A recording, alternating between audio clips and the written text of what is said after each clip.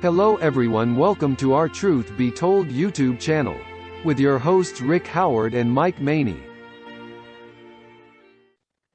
Hello everybody, welcome to our Truth Be Told session number, did you say 64 today? 64. Wow.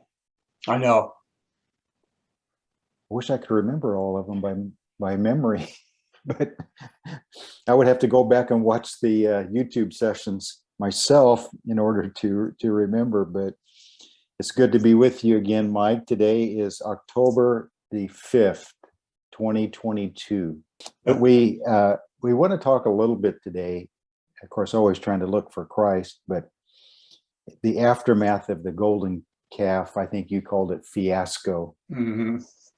And it really was a fiasco. Yes. It really was tragic results as a result of the golden calf. But I really like, and I think we may have brought this out last session, not that I remember, but I seem to recall we brought out this contrast of chapter 31 of Exodus, where the artisans or the workmanship people of building the tabernacle were being selected, being anointed.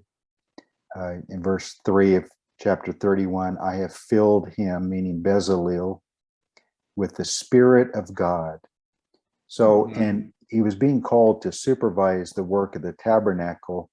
And so the work of the tabernacle was a work of God, and the men he called to do it were filled with the Spirit. And so the work that they did was a spiritual work. They used their hands, no doubt. They sweated and they got dirty. Yeah. And they got blisters and calluses on their hands and everything. But it was still a spiritual work directed by God. And the more we're going through these chapters, the more I'm seeing this purposeful kind of outline that Moses used of these contrasts side by side. Because when we get into the story of the golden calf, chapter 32 and verse 4 about Aaron, he received the gold from their hand and he fashioned it. See, he fashioned it. That's right. The work of man, isn't it? Yeah. Work of the flesh, the work of his own wisdom, his own ideas. They didn't pray about this. Surely if they had prayed, they would have realized what a terrible thing this was. But these two chapters are a side-by-side compare and contrast of man fashioning his own works and God rejecting it versus man doing a work at the direction of God's Spirit and God blessing it. And so they built this golden calf, and of course Moses at the same time is up on the mountain communing with God, and his older brother is down communing with a bunch of carnal people. And so there's that contrast as well, is that Moses is up in fellowship with God and his brother is down breaking fellowship with God, out of fellowship with God. And Bezalel, while he was being called to do the work of God by the Spirit, he was the grandson of Hur, who was Aaron's partner. Moses had told her to help Aaron with the people while he was up on the mountain. So Bezalel's grandfather was assisting Aaron while the grandson was being directed by the Spirit to do a work. Wow. And his grandfather was doing a work. So mostly everything about her that we're told is good, but this is a little bit not to the degree of sin, but a little bit like godly Barnabas in the New Testament when Peter came up to Antioch, and then when those Judaizers came to Antioch, Peter withdrew from the Gentiles and had table fellowship only with the Jews. And Paul says it was to such a degree that it even drew Barnabas away. I think that's the part that, he could get righteously angry with Peter fellow apostle and go toe to toe with him, and he rebuked him openly. But I think he was really hurt by Barnabas going along with it, because he and Barnabas had been so close, and he looked at Barnabas as kind of a mentor, kind of a, Barnabas had risked his own reputation on behalf of Paul in the beginning, bring him into the apostles in Jerusalem church. And here's Barnabas going along with Peter, standing against Paul. Paul had to stand up against both of them. And I think that's what partly led to Paul and Barnabas parting ways on Paul's second missionary journey. But be that as it may, I see this a little bit same way with her, is that her is mostly a good, godly man, but it just shows how, if we're not careful, how quickly and easily we can get swept away when other people we love and respect are going in a wrong path. And if we don't guard ourselves, we'll just go along with it. And that's kind of what her did.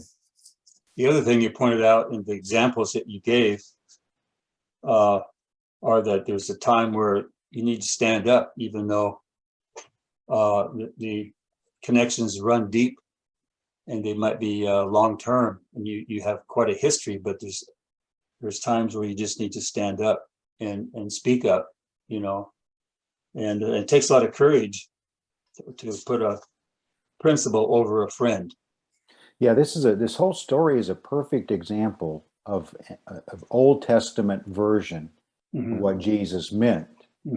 By if you're going to take up your cross and follow me, it's going to cause divisions between you and your parents and your children and your siblings and people closest to you. But if you love them more than you love God, then you'll have no part with me. I mean, he really put it to him straight. And this is kind of a similar thing back in the Old Testament, where God expected people like Aaron and Hur to stand up and say, what you people are doing is not right, and we're not going to go along with it. And it may have cost them their lives, but think about how much better the day of judgment would be for them in their eternity. So, at the moment, a lot of times we give into pressure because it's just really, it's difficult to stand up against it, especially when it does involve people that you've served with and love and related to and you're close to, and friendships and intermarriages and all sorts of things that influence us, to say, well, what you're doing is not for me. And in fact, what you're doing is wrong and you need to stop it. But if you're not going to stop it, I don't want any part of it. I'm going to separate myself from you. In our last church bulletin I mailed out, there's an article that I put in there that someone had contrasted what's happening to today's churches. Many churches are that he compared the golden calf, this situation here. He said, while Moses was away, the children of Israel tried to mix in the golden calf into their worship of Jehovah. And so while Jesus is away, we're waiting for his return, just as they were waiting for Moses' return. Many churches are mixing in their golden calf worship services while yet trying to claim to worship the Lord. A mixture. Well, it is interesting that Aaron did say, when he, after he formed the golden calf, verse 5 of chapter 32, tomorrow is a feast to the Lord. And that's God's personal name, Jehovah or Yahweh or whatever. So how could a golden calf turn into a feast for the Lord? So he's trying to combine the two, isn't he? He's trying to please the people, but he doesn't want to get on the bad side of God. So he compromises, hoping that God will realize that he's trying his best not to go too far with it, but God rejected it outright. How can a New Testament church who's supposed to be serving Christ turn into a dog and pony show with lights, camera, and the whole 9 yards? Yeah, many are trying, I think. Hmm. Many are trying to copy the worship style, especially in the Yeah, music part of their yeah, service, yeah. and even how the pastors dress and everything. Hmm. It's just it's not that you can always point to any one thing, but Hmm. then you look at the overall direction Right. of uh, trying to imitate groups that we know are way off in doctrine and practice, Hmm. Yeah, but because their yeah. methods seem to attract people, Hmm. we're adopting their methods, and but then calling it a feast to the Lord, Hmm. hoping to sanctify it or hoping that God will accept it. Hmm. And all it is really is a blend Hmm. of good and evil. But unfortunately, as Moses was up on the mountain receiving the law, they were at the bottom of the mountain breaking the law. Hmm. And I've surmised before, I haven't made a big effort to really sort all this out, but I think a good argument could be made that they broke all or at least most of the Ten Commandments in some way Hmm. with that golden Yeah. calf. And Moses came down, of course, and threw those tablets down, partly out of anger, partly out to demonstrate that they had already broken the law that he was up there getting, and he hadn't even Yes. read it to him yet, hadn't even showed it to him yet, and they were down Yeah. breaking it, and it was just a big mess. But I wanted to read chapter 32 of Exodus in verse 16, because there's a point here I want to dwell on for just a minute before we talk about other things. But it says in 32 and 16, now the tablets were the work of God, and the writing was the writing of God engraved on the tablets. This is actually a good verse to use in any discussion about the inspiration of the scriptures, because the Hmm. entire Bible is the work of God, and the entire Bible is Hmm. the writing of God. And it is as solid as if it was engraved by his finger on stone. And so that's kind of like a germ idea or a seed idea or a foundation idea of the larger subject of the inspiration of all the scriptures. They are Hmm. the work of God. And just as Moses was the instrument to go up and receive them and to carry them down and to share them with the people, the writers of the Bible and now the preachers of the Bible, the teachers of the Bible, stand in the place of Moses. But all that we're really doing is sharing with people the work Yes. of God, the finger of God, the Hmm. writing of God, and no more, no less. And it should be seen that way. But this idea of the tablets being the work of God and the writing was the writing of God. Uh, I've mentioned this a few times before, I think, but it's becoming clearer to me the style that Moses chose to write things down of the events of their journeys. He liked this idea of side by side contrast. And what I mean by that is it's no accident that the statement, the tablets were the work of God, being set side by side with the golden calf being the work of man, the work of humans, the Hmm. work of Aaron and those who were with him, of human works, of carnal works, uh, and God rejecting that and judging it and condemning it, versus the work and writing of God on the tablets being that which God accepts. Hmm. And then even earlier, when we talked back in chapter 31 about the artisans or the workers, the skilled workers that God elected, chose, anointed to build the tabernacle, especially people like Bezalel. It says in 31 and 3, I have filled him with the Spirit of God in wisdom and understanding and knowledge and all manner of workmanship. Then it says in verse 6, and I, indeed I, have appointed him with him Aholiab, and I have put wisdom in the hearts of all those who are gifted artisans, that they may make all that I have commanded you. So even though it was elected, anointed men doing the work, they were doing the work of God. They were doing the work that Mhm. God had designed, had explained. There was really no decision on their part about dimensions, about materials, about any of it. It was all given to Mhm. them by God. So therefore, even though God was using human instruments, it was still God's work.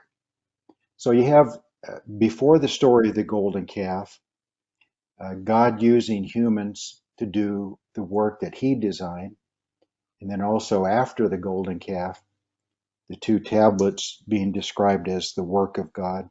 And sandwiched in between, you have that which God did not approve of, he did not design, he did not desire, because it was the work of man and it was rejected. So it's Mhm. the whole story of the Bible, isn't it? Is that the Yes. works of man versus the works of God, and that Mhm. which he accepts and rejects. And Mhm. just seems A interesting to continuing bring theme that from out. Genesis forward. Yeah, it is, isn't it? Mhm.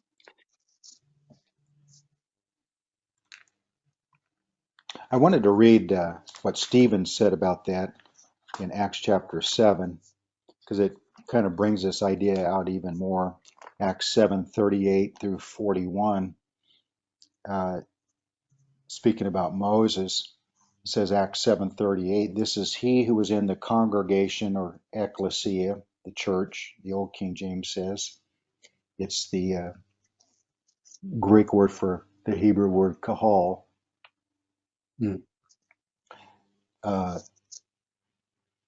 this is he who was in the church or ecclesia in the wilderness with the angel who spoke to him on Mount Sinai, and with our fathers, the one who received the living oracles to give to us, whom our fathers would not obey but rejected, and in their hearts they turned back to Egypt.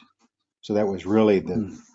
the core of the problem, is that in their hearts they turned Mhm. back to Egypt. And the Mhm. outward result of their hearts turning back to Egypt was in building an idol based on one of the key gods of Egypt, the cattle god, the image of cattle, one of their primary gods of Egypt.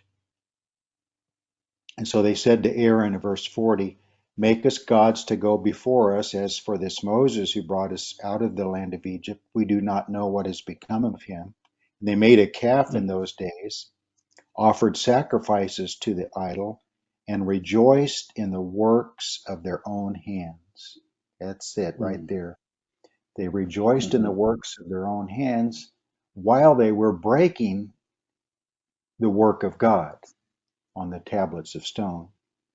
So rejecting the work of God, but rejoicing in the works of their own hands.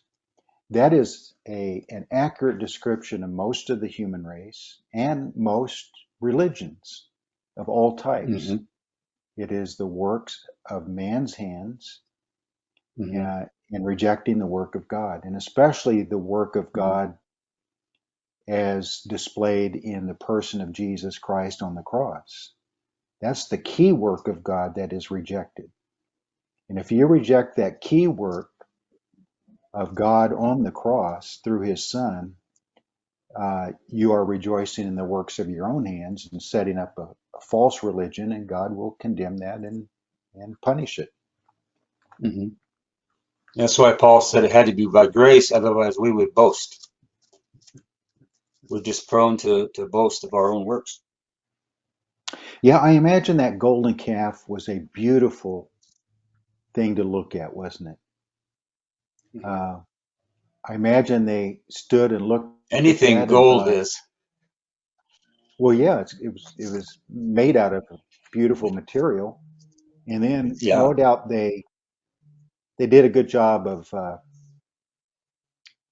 just how it looked in general, of the form of it, shape of it, the size Hmm. of it. Uh, Hmm.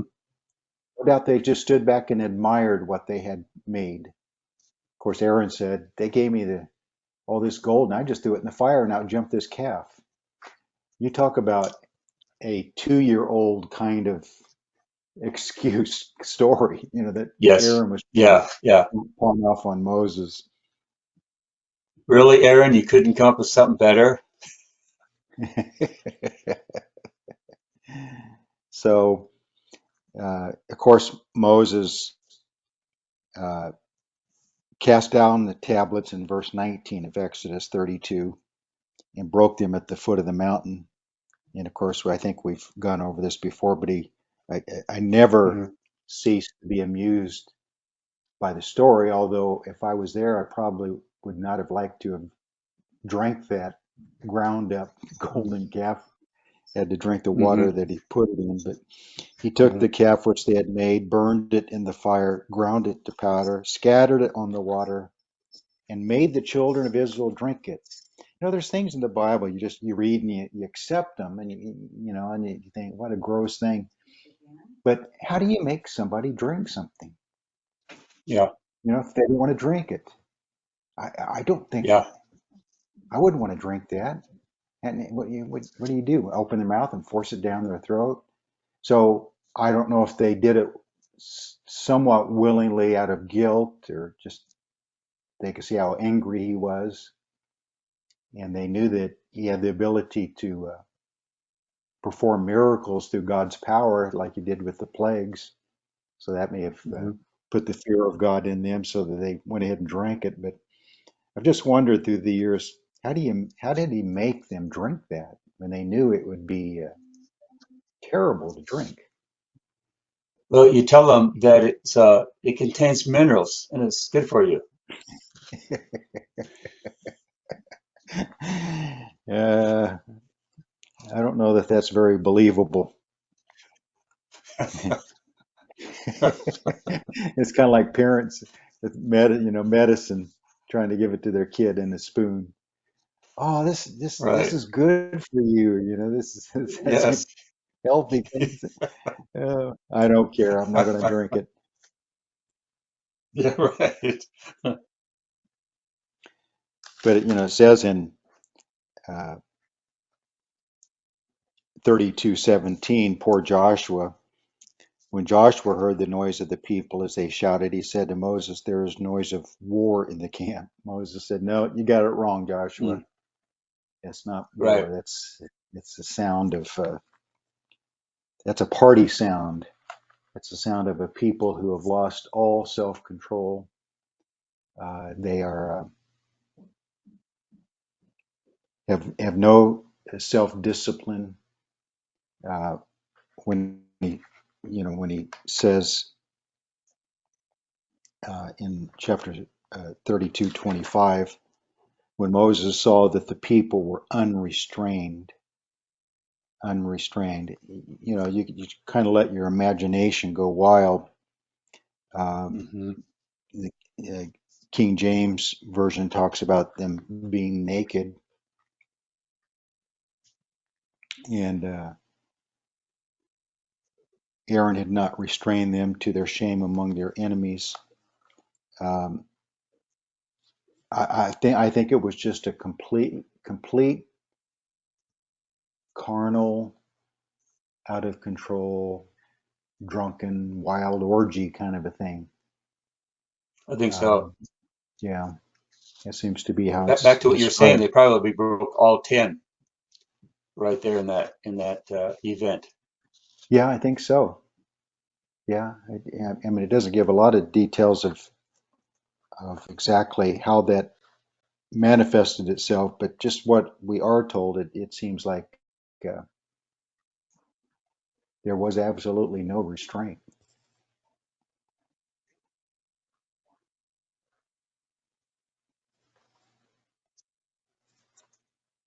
I wanted to read some verses in Deuteronomy uh, chapter 9 and maybe chapter 10, because this is Moses looking back at this almost 40 years later, Mm-hmm. as they are at the end of their journey, and soon before he dies, he's recounting the 40 years to them, and he doesn't spare any of the details. He tells them the good and the bad,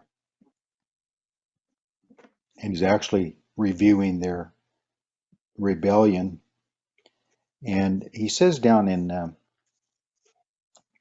verse 5, it is not because of your righteousness or the uprightness of your heart that you go in to possess their land, but because of the wickedness of these nations that the Lord your God drives them out before you, and that he may fulfill the word which the Lord swore to your fathers, to Abraham, Isaac, and Jacob. So he had told Abraham long before in Genesis 15 that your descendants are going to be out of this land for 400 years. They're going to end up being servants. He didn't even name Egypt by name, but uh, they ended up in Egypt and they did become servants, slaves. Uh, and, and he also told Abraham, until the iniquity of the Amorites is complete. And basically, uh, he was telling Abraham, I'm going to let the wickedness of the Canaanite tribes uh, become so bad that when I bring you back in, bring your people back in, I will be justified in the command to wipe them completely off the face of the earth. And I can only imagine what, a lot of ancient pagan groups of people uh, were quite evil, Mm-hmm. um, no restraint. And what's interesting about that to me is that the golden calf incident was Israel leaving Egypt, coming back to their promised land to destroy people whose iniquity had become complete, who were unrestrained. Mm-hmm. And Israel was to be the holy people as God's instrument to do that, to destroy those Canaanite tribes.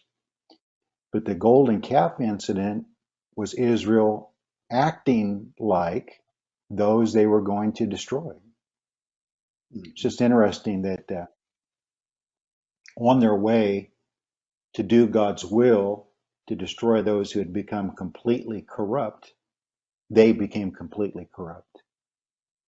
Yes. So it's a good example to us of several things. One would be uh, even God's people can act as evil as the world around them.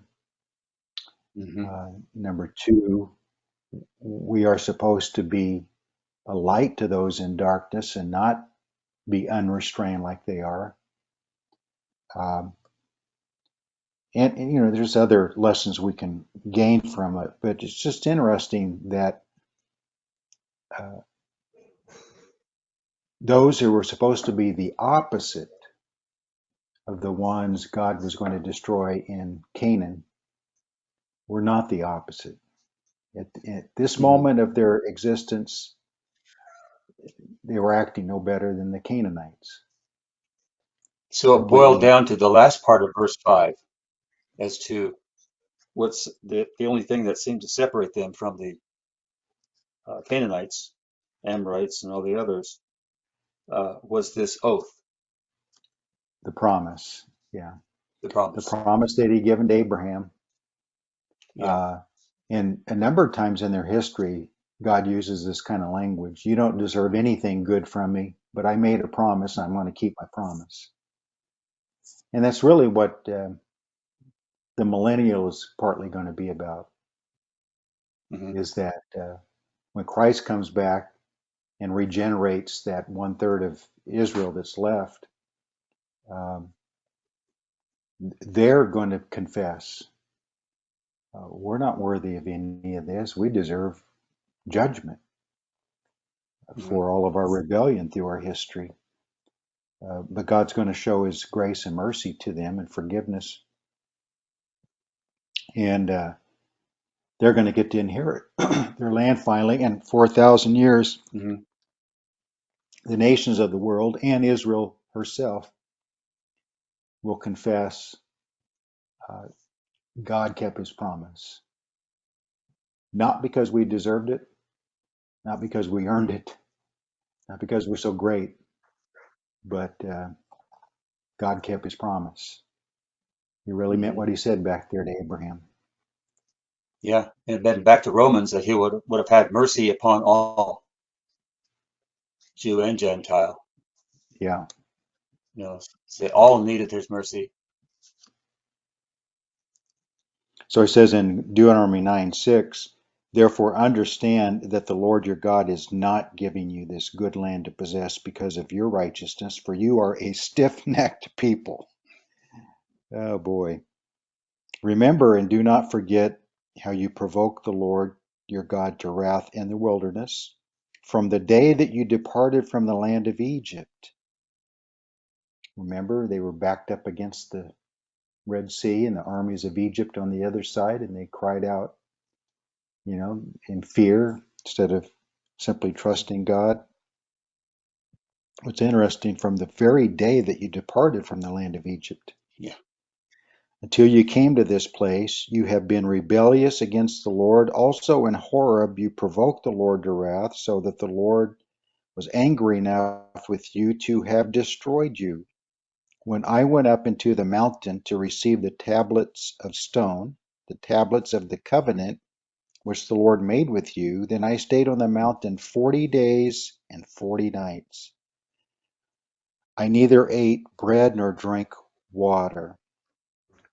This is one particular example of Moses being a type of Christ.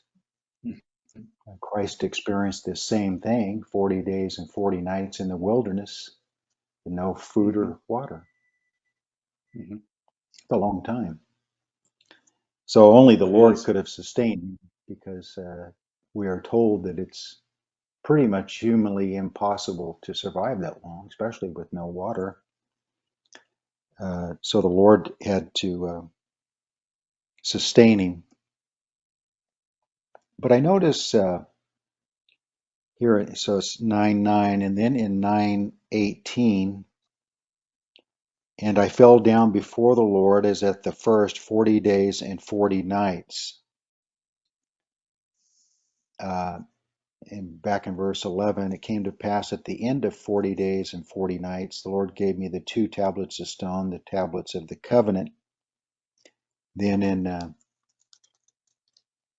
10:10, as at the first time I stayed in the mountain 40 days and 40 nights.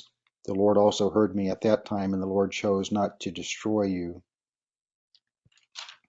So if I'm reading all these correctly, someone correct me if I'm wrong, it seems to be 3 different times, 40 days and 40 nights on the mountain, which uh, is kind of a reflection of his 3 periods of 40 years each of his life.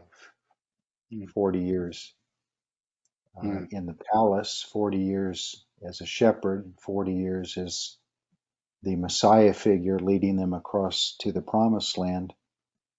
It's just kind of interesting how those 3 sets of 40 play out a couple of different ways in Moses' life. Of course, 40, the number of testing and trial, and Mm-hmm. uh, God's grace to bring you through that trial to victory.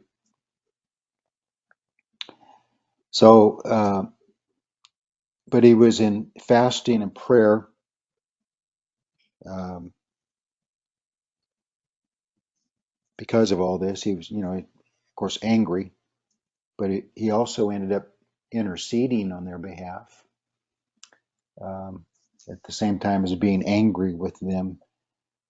So it's just interesting how many different ways he's a type of Christ. Hmm. Uh, Righteous anger, but at the same time pleading for mercy, forgiveness. Hmm. Um,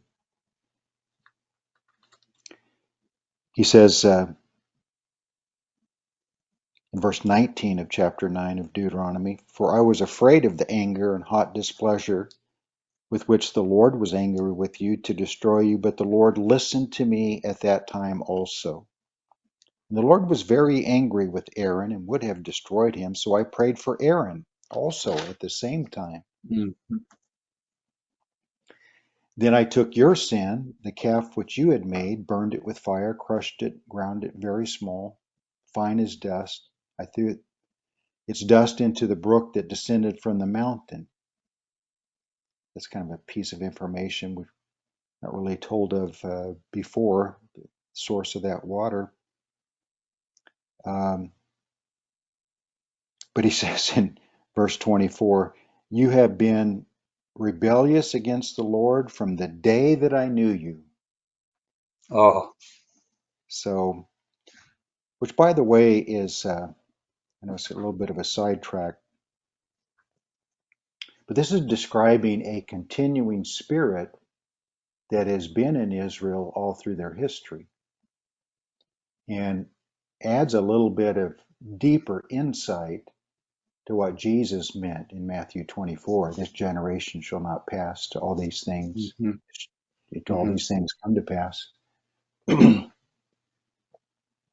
That it's not just, people take that and say, well, that means it had to happen. Everything in Matthew 24 had to happen in the next 40 years till that generation passed away. So that's the preterist view, that the prophecies were fulfilled in 70 AD. hmm. There's something deeper going on there. Sometimes we say, well, that's the generation living at the end when all these things are happening. That's not going to pass away. But there's something deeper there, I think he means. He's talking about a kind of spirit, a kind of rebellious attitude against God that will not pass away until the return of Christ. Till I come back, I'll get rid of that kind of generation, that kind of spirit, that rebellion that has been there all along, and I will give them a new spirit and a new heart, Hmm. and they will know me and love me and serve me, and no more rebellion. That'll be wiped Yeah. clean. So Hmm.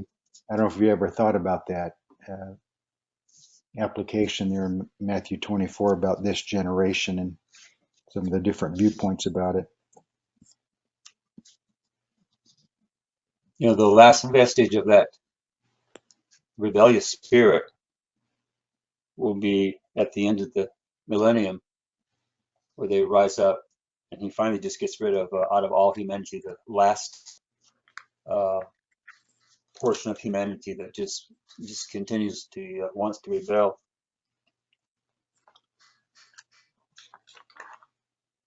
Of course, back in Exodus 32, to kind of finish this up, um,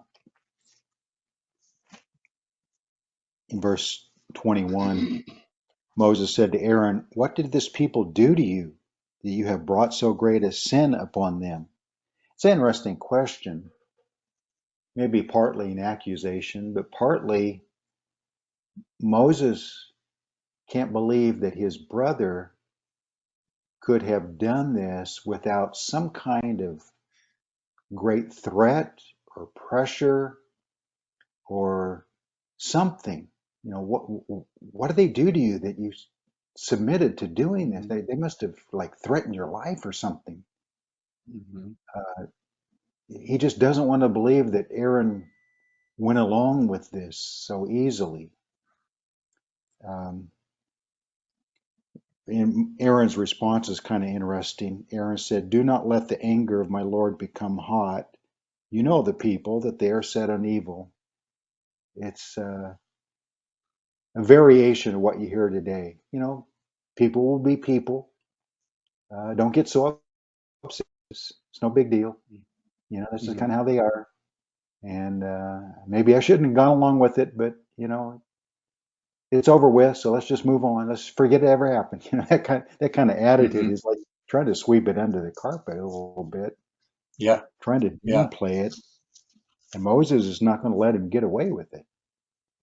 Um, Well, unlike Moses being a type of Christ, pleading for Israel and all of this, Moses was quite the opposite of being a good model or type of the high priest, of Christ's mhm. high priestly ministry. Jesus went through the pressures and the hostility of the people and all the resistance. He powered through it, prayed in the garden, and willingly went through it. But here's Aaron caving at the first sign of pressure. And in some sense, it's a little bit like Adam and Eve in the garden. They try to pass the blame to others. In some sense, Mhm. he's almost blaming Moses, verse 23. For they said to me, "Make us gods that shall go before us. As for this Moses, the man who brought us out of the land of Egypt, we do not know what has become of him."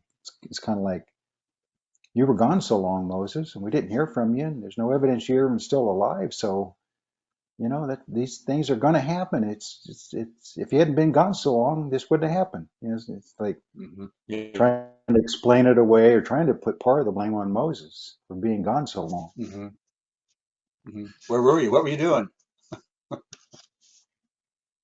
So I said to them, "Whoever has any gold, let him break it off." So they gave it to me. I cast it in the fire, and this calf came out. So hmm how we try to, again, like Adam and Eve, trying to cover our sin. Uh, hmm this is a foolish thing to say. It doesn't even make sense. So Moses basically says, or he acts on this by showing them just how serious it was when he stood in the entrance of the camp of verse 26. "Whoever is on the Lord's side, let him come to me." And all the sons of Levi gathered themselves together to him. Of course, we know what developed from this is the tribe of Levi was set apart instead of all the firstborn to help the priests. But there's a little bit of it's interesting. You're proud of the tribe of Levi, but what was the indication that the tribe of Levi was any more virtuous? They probably had some of their own tribe involved in this golden calf incident. But there was something that the Lord did in them. There's something that they would unite together as a tribe and stand with Moses against all the rest of their own nation, their own relatives, their own people. hmm Uh, the Lord gave them the courage, the wisdom, the whatever, the grace to walk away from their own people and go stand with Moses. I said, this is a pretty dramatic scene that's often, not hmm dealt with too much because there's so much else going on. But you can imagine Moses standing there kind of by himself at first and issuing this challenge.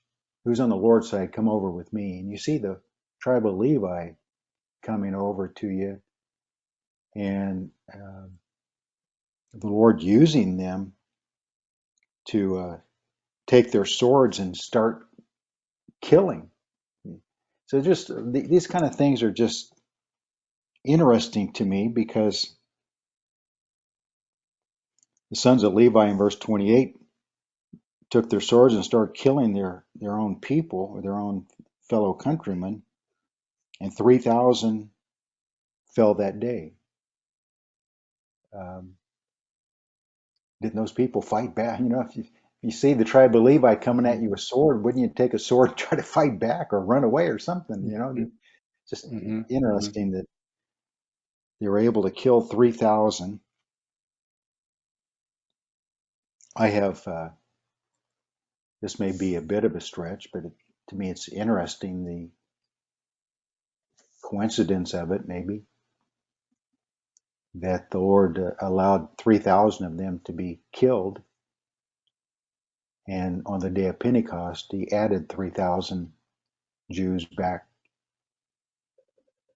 uh, and became part of the church. Mm-hmm. Now, I don't use that connection to say that God limited the amount to 3,000 on the day of Pentecost.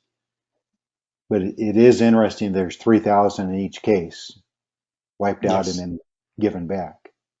It's kind of like Mm-hmm. God is giving back what he took away here in this story. I don't know if you I like ever, that verse. The spirit kills, but the letter of the law kills, something like that. The yeah, spirit the gives letter life. kills, spirit gives life, Mm-hmm. yeah. Mm-hmm. So, and I like the wording, it says about 3,000 men of the people fell that day. The idea of fell. Uh, Mm-hmm. 3,000 fell in death, and 3,000 fell in repentance and submission on the day of Pentecost. And Mm-hmm. in both cases, just to round out this coincidence, is it uses the word about in both cases. So it's not even trying to say it's exactly 3,000, Mm-hmm.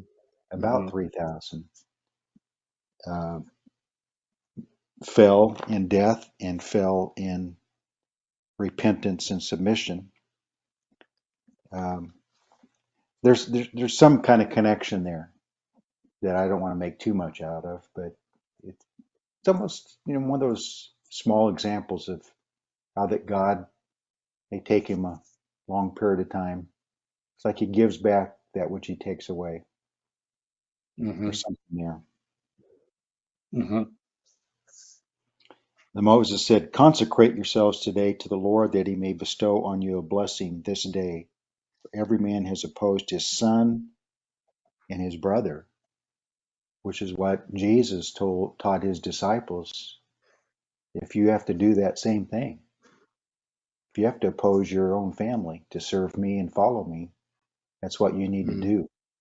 So this is kind of Mm-hmm. like an early example of the teaching of Jesus to his disciples, is be willing to forsake all human relationships for me.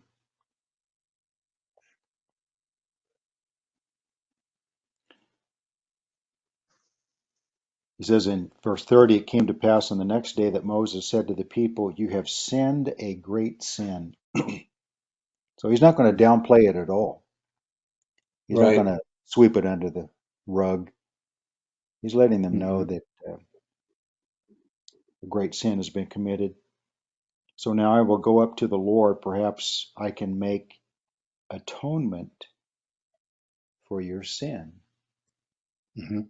That's interesting. So even before the mercy seat was made, the instructions for it had been given. But even before the mercy seat, the place of atonement was even made, Moses was acting as a high priest with a, a mercy seat picture here of going in and making atonement for the people. And as a type of Christ, we could see where that would be separate from the law, so that Christ can be an atonement or Ah, propitiation for all men. yes. Then Moses returned to the Lord and said, "Oh, these people have sinned a great sin and have made for themselves a god of gold. Yet now if you will forgive their sin, but if not, I pray, blot me out of your book, which you have written." And all the way through, not only we've been trying to make connections to Christ, we've been trying to make connections to the thought process, the terminology, the way that the New Testament writers would borrow directly ideas and phrases and terms from the Old Testament because that was the Mhm. Bible of their day. And they knew Right. it well. And so in their own writings, they would basically rephrase or reword terminology from the Old Testament. In this case, verse 32, I'm thinking about, Paul. I wish that I could be accursed. Romans 9, Romans 11. My Mhm. prayer, heart's desire to God for Israel is that they might be saved. I would even be willing for myself to be accursed for their salvation. Uh, to me, it's pretty obvious that Moses was thinking of this passage. I Mhm. mean, Paul was Mhm. thinking of this passage. He was thinking of Mhm. Moses. He wanted to demonstrate the same spirit as Moses when he wrote that in Romans. So he basically just reworded what Moses said here. The Lord And said to probably Moses, figuring that the Jewish members would pick up on that, more than likely they would have that reference. I'd kind of skipped over that statement in verse 31. Moses returned to the Lord. Well, where was that? Up on Mount Sinai. So it's easy to miss some of these. We talked before about how many times he went up and down Mount Sinai. I have written in my Bible that this is the sixth time. So Mm. some of them are kind of hard to distinguish from each other. So others may come up with a different count than I have. But by my reading, this is the sixth time, or the fifth. Wait, the fifth time or sixth time? I have six circled, so I guess six. I have 34 and 2 as number 7. So be that as it may, he was up and down Mount Sinai quite a bit. And at least several of the Yes. time, it says it was for 40 days and 40 nights. Those Mhm. long periods of time he was up there Yes. communing with the Lord. Did you come up with 7 overall? I think I came up with 7 overall, That might which be somewhat is fitting, significant huh? too. Yeah, 7, Yes, it is. the Yeah. importance of that number Yeah. 7. Hmm.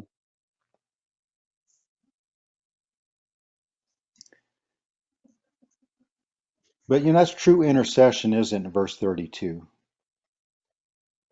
If you won't Hmm. forgive them, blot me out of your book.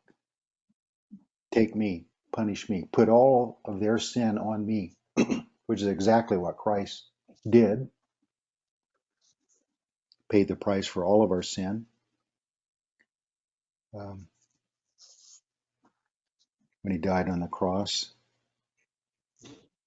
But the Lord told him in verse 33, whoever has sinned against me, I will blot him out of my book. Now therefore go, lead the people to the place of which I have spoken you. So 38, 39 more years, because they stayed Coming at from a Mount Sinai. man who said you've been a problem to me since I knew you. So I mean, really, Yeah, coming from that perspective to intercede like this on their behalf is amazing. he says at the end of verse 34, nevertheless, in the day when I visit for punishment, I will visit punishment upon them for their sin. I have a note written in my Bible. Some of these people may see differently, but I have written this is the root idea that develops into the day of the Lord terminology. The day of the Lord, because the day of the Lord is when He comes to visit for punishment Hmm. Hmm. for people's sin. So the Lord plagued the people because of what they did with the calf. And it's interesting, it closes by emphasizing which Aaron made. So he was very much a central figure in all of that. He tried to downplay it, but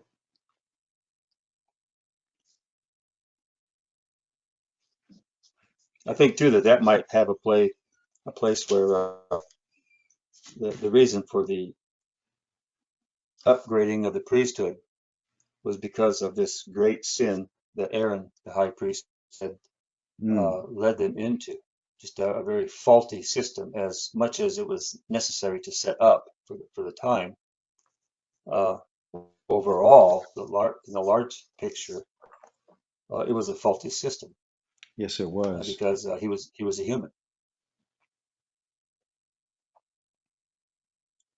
So we've moved on beyond the golden calf incident, and that was a huge setback, so much so Mhm. that Moses felt the need to remind them, because when he uh, reminded them of it in Deuteronomy, he wasn't reminding them, because by that point they were all dead.